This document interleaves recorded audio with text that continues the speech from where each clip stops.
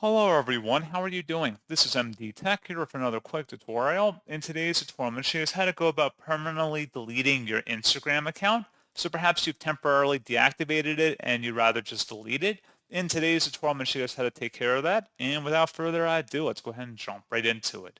So all you have to do is open up your Instagram profile page. And in order to do that, just select your little profile icon in the bottom right corner, and then go up and select the hamburger icon at the top right corner of Instagram here.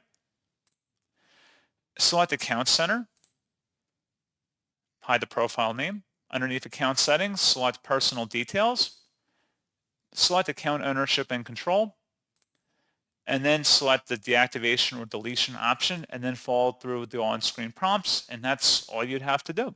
So pretty straightforward process on that, guys, and as always, thank you for watching. I do hope that I was able to help you out, and I do look forward to catching you all in the next tutorial. Goodbye.